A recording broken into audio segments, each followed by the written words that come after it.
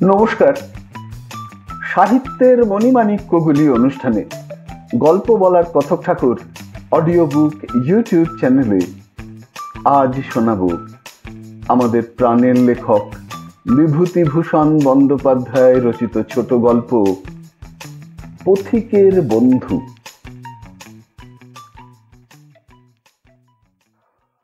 মহকুমার টাউন থেকে বেরুলাম যখন, তখনই বেলা যায়। কলকাতা থেকে আসছিলাম বরিশাল এক্সপ্রেসে। বারাসাত স্টেশনে নিতান্ত অকারণে, অবশ্য যাত্রীদের ব্যাখ্যা অনুযায়ী, তো সেই নিতান্ত অকারণে উক্ত বরিশাল এক্সপ্রেস 40 মিনিট কেন যে দাঁড়িয়ে রইল দারু ব্রহ্মবৎ অনড় অবস্থায়, তা কেউ বলতে পারলে না। গন্তব্যস্থান বনগাঁয়ে পৌঁছে দেখি রানাঘাট লাইনের গাড়ি চলে গিয়েছে।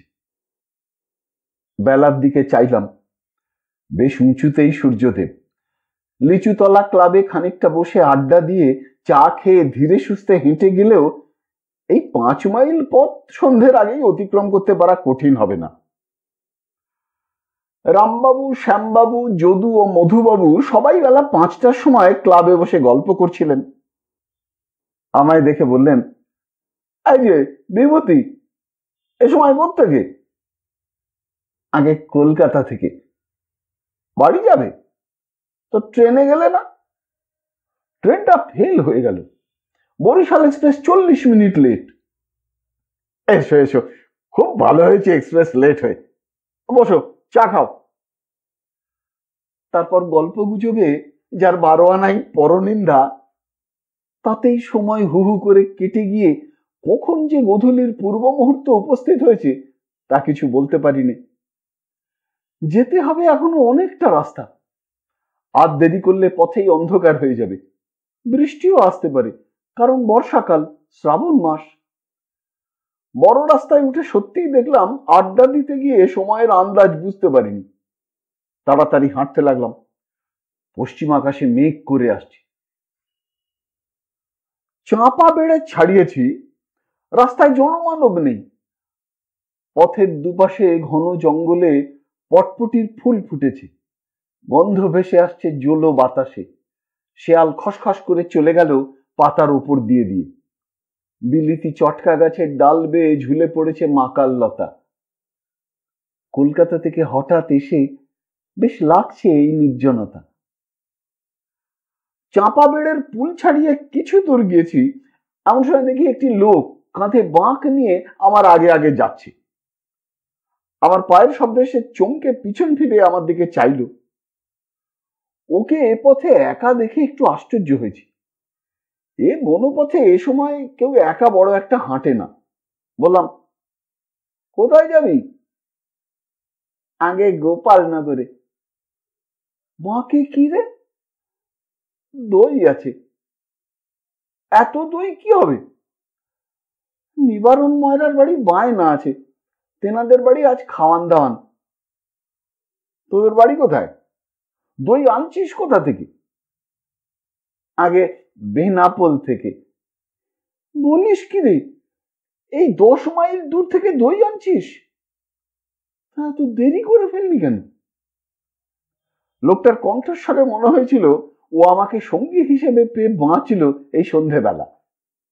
একা যেতে ওর নিশ্চয়ই ভয় করছিল। আমার প্রশ্নের উত্তরে সে গল্প জুড়ে দিলে কেন তার দেরি হলো দই নিয়ে রওনা হতে। ওদের একটা গরু হারিয়ে গিয়েছিল আজ 5 দিন, খুঁজে খুঁজে হয়রান হয়ে গিয়েছিল। আজ দুপুরের পর হিজলতলার বাঁওড়ে সেই গরুকে চড়তে দেখা গেল। তারপর ওরা দল বেঁধে বেরোলো গরু আনতে। গিয়ে দেখে বাঁওড়ের ধারে একটা লোক বসে আছে, তার কাছে 6টা গরু একসঙ্গে চড়ছে। সবগুলোই বিভিন্ন গ্রামের হারানো গরু। ক্রমে ক্রমে জানা গেল লোকটা তো ওদের দেখেই দৌড়। ইত্যাদি ইত্যাদি।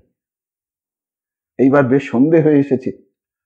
বাঁশ আম্বনের ভেতরে ভেতরে ঘুলি ঘুলি অন্ধকার। সামনে একখানা শুকনো কাঠ উঁচু চটকা গাছের মাথা থেকে ভেঙে পড়তেই ও চমকে উঠে বললে, ও কি? আমি হাসি চেপে বললাম, চটকা গাছের ডাল। লোকটা আশ্বস্ত হয়ে বললে, ও তোমার নাম কি? নিধিরাম। বাড়ি? কটক জেলা। সত্যি? তুমি তো বেশ বাঙালির মতো কথাবার্তা বলছো। না হবে না বাবু, বেনাপোলের কাছে কাসুন্দিয়াতে আমার 15 বছর কেটে গেল। ওখানে আমার গরুর বাথান, 20টা গাই গরু, 15-16টা বকনা বাছুর, মস্ত বাথান। রোজ আধমন দুধ হয়। এড়ে বাছুর আমরা রাখিনি, শুধু বকনা বাছুর রেখে দিই, এড়ে বিক্রি করে ফেলি। লোকটা একটু বেশি বকে। আমাকে পেয়ে ওর বকুনি আর থামতে চায় না। একা যাচ্ছিল, আমায় পেয়ে ও ভারী খুশি হয়েছে, ভরসা পেয়েছে এই সন্ধেবেলা। বললে, বৃষ্টি আর হলো না বাবু, কি বলেন? সেই রকমই তো দেখছি। এবার বড় দুর্বচ্ছর। আমন ধানের রোয়া হলো কই? বীজ পাতা ছিল 2 কাঠা ভুঁই, সে বীজ লালচে হয়ে আসছে। ওই দেখুন কেমন মেঘ করে আসছিল, আবার ফর্সা হয়ে এলো। এবার আমাদের এদিকে খুব কম বৃষ্টি হয়েছে, আমন ধানের রোয়া হয়নি। চাষা মহলে হাহাকার পড়ে গিয়েছে। ধানের দর ছিল 4 টাকা মন, এখন উঠেছে 7.5 টাকা মন। গরিব দুঃখী লোকেরা এর মধ্যে উপোস শুরু করে দিয়েছে। আমায় আবার বললে, গরুগুলো অনেক কষ্ট করে মানুষ করা, এবার বিচুলির অভাবে মারা পড়বে বাবু। কাঁচা ঘাস কেটে খাওয়াবে। বর্ষাকালে কোন গরু বিচুলি খায়? সবাই কাঁচা ঘাস খেয়ে বাঁচে। বেতনা নদীর ধারে আগে আগে কত কাঁচা ঘাস পাওয়া যেত, এখন সব আঁটি বেঁধে এনে এনে বনগা শহরে বিক্রি করে। শহুরে বাবুরা 4 আনা 14 পয়সা 1 আঁটি করে কিনছে। আমাদের গরুর ঘাস নিয়েই মুশকিল। ওটা কি বাবু? এবার লোকটা চমকে উঠে যেন আমার গা ঘেঁষে এসে থমকে দাঁড়ালো। আমি বললাম, কই কি? ওই যে সাদা মতো। যে দেখলাম কিছুই না, মাকাল তলার মোটা সাদা লতা গাছের ডাল থেকে ঝুলে দুলছে অন্ধকারে। লোকটা দেখছি ভীষণ ভীতু। হঠাৎ আমার মনে একটা দুষ্ট বুদ্ধি জাগলো। আমায়ও বললে, বাবু আপনি কোথায় যাবেন? আমি একটু এগিয়ে ডান দিকের রাস্তায় নেমে যাব, ওখানেই আমার গাঁ। গোপালনগর এখনো কত দূর আছে? তা 1.5 মাইল। পথে কোনো ভয় টয় নেই তো? আমি জোরে ঘাড় নেলে বললাম, না না, ভয় কিসের, এই অঞ্চলে বাঘটাগ নেই, বুনো শুয়োরও নেই। সে বললে, আমি বাঘের কথা বলিনি বাবু, বলি এই সন্ধেবেলা ওদের নাম করতে নেই, সেই তাঁদের। ও ভূত প্রেতের? ও নাম করবেন না সন্ধেবেলা। রাম রাম, রাম রাম। ও নাম কি করতে আছে এ সময়? রাম রাম, রাম রাম। আমি অতি কষ্টে হাসি চেপে বললাম, ও বুঝেছি। তবে একটা কথা, যখন তুমি বিদেশি লোক, তখন তোমাকে সব খুলে বলাই ভালো। কি বাবু? দাঁড়াও এখানে, আমি তো এখনই নেমে যাব। তুমি একা যাচ্ছ এতটা পথ, অন্ধকারে, পথে কোনো জনপ্রাণী নেই। আমার বর্ণনার বহর শুনে লোকটা আরো আমার দিকে ঘেঁষে এসে দাঁড়ায়, আমার মুখের দিকে হাঁ করে চেয়ে বলে, তারপর বাবু? তারপর আর কি? তোমাকে আমার বলা উচিত নয়, কিন্তু যখন জিজ্ঞেস করলে তখন না বলাটাও তো ঠিক নয়, বিশেষ করে একা যখন যাচ্ছ, সঙ্গে নেই লোক। ওই যে একটা সাঁকো আছে রাস্তার উপর বনের পাশে, ওই সাঁকোটা বড় খারাপ জায়গা। কেন বাবু? ও জায়গাটাতে ভূত মানে ওরা সব আছেন কিনা। পাশে যে বড় বাগান, ওটার নাম গলায় দৌড়ের আম বাগান। বড্ড খারাপ জায়গা। অনেকদিন আগে, তখন আমি ছেলে মানুষ, একবার একজন এই তোমার মতোই বিদেশি লোক একা যাচ্ছিল গোপালনগরে সন্ধ্যের পর। তারপর দিন সকালবেলা দেখা গেল কিসে তার ঘাড়টা ভেঙে মেরে ফেলে রেখে দিয়েছে সাঁকোর তলায়। এ আমার নিজের চোখে দেখা।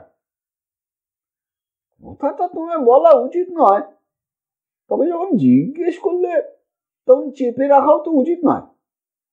একটা বিপদ হতে দেরি লাগে না, তখন তুমি বলতে পারো, বাবু আপনি জেনে শুনেও আমায় কেন বলেননি? সন্ধ্যের পর কেউ ও পথে যায় না, প্রাণ হাতে করে যেতে হয়। আজ বছর 2 আগে এক রাখাল ছোঁড়া দিন দুপুরে অজ্ঞান হয়ে পড়েছিল সাঁকোর তলায়। যাক সে, তুমি রাম রাম বলতে বলতে চলে যাও, কোনো ভয় নেই। বাবু আপনি কি নেমে যাবেন? হ্যাঁ, আগে আমার গায়ের রাস্তা নেমে গেল, আমি এইবার চলে যাব। তাই তো বাবু, একা আমি কি করে যাব? আরে রাখে কেষ্ট মারে কি, মারে কেষ্ট রাখে কি? কপালে মৃত্যু থাকলে কেউ সামলাতে পারে না, আর না থাকলে কেউ মারতেও পারে না। রাম রাম বলতে বলতে চলে যাও। দাঁড়াও, আজ আবার তিথিটা কি? চতুর্দশী। তিথিটা ভালো নয়। অমাবস্যে, চতুর্দশী, প্রীতিপদ, এই তিথিগুলো খারাপ। কেন কেন বাবু? সে আর তোমাকে বলে কি হবে? তুমি সন্ধ্যের অন্ধকারে একা রাস্তার উপর, যেতে হবে এখনো তোমায় 1 ক্রোশ পথ। ক্রমশ ঘুটঘুটে অন্ধকার হয়ে আসছে। তবে তোমায় বলা আমার উচিত, বিদেশি লোক, তোমায় সব কথা খুলে না বলাটাও ঠিক নয়। একটা বিপদ হতে কতক্ষণ, তখন তুমি আমায় দোষ দিতে পারো। এইসব তিথিতেই না ভূত, প্রেত, পিশাচ, ব্রহ্মদত্তি। লোকটা বলে উঠল, রাম রাম রাম রাম, ওসব নাম করবেন না বাবু। মানে ওরা সব বার হয়ে থাকেন কি না, তাই নাকি? তবে তো আবার কি যেন, এই চতুর্দশী তিথিতেই তো গলায় দড়ি দিয়ে অপমৃত্যু ঘটেছে, এমন সব ভূতেরা বার হয়। আমি একবার বড় বিপদে পড়েছিলাম।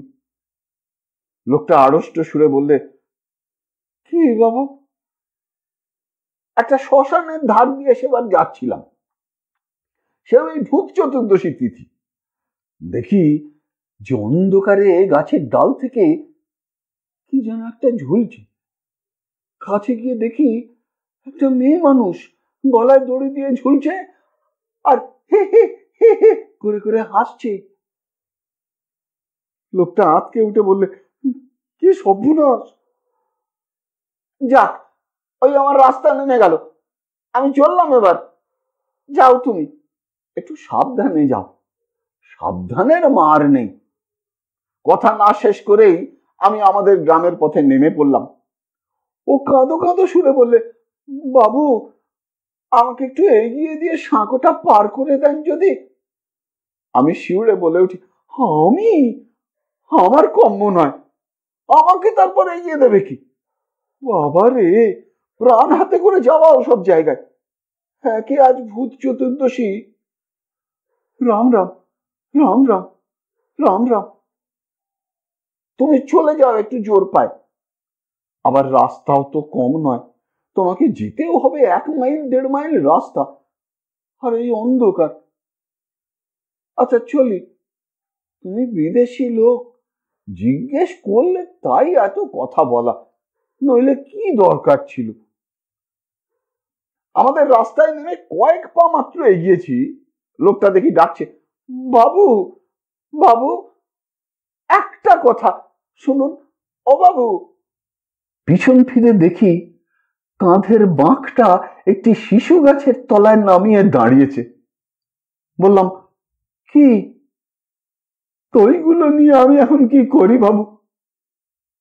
কি আর করবে, বায়না রয়েছে 1 মুঠো টাকা, দিয়ে এসো।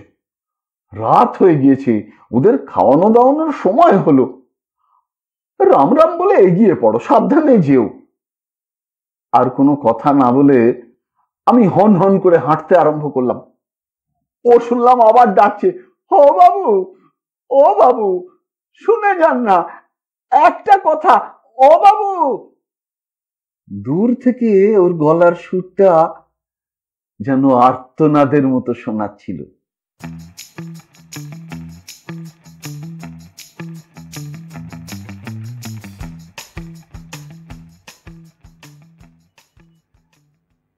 শুনলেন বিভূতিভূষণ বন্দ্যোপাধ্যায় রচিত ছোট গল্প পথিকের বন্ধু। যদি এই অনুষ্ঠানটি আপনার ভালো লেগে থাকে তবে অবশ্যই একটি লাইক দিয়ে আমায় উৎসাহিত করবেন।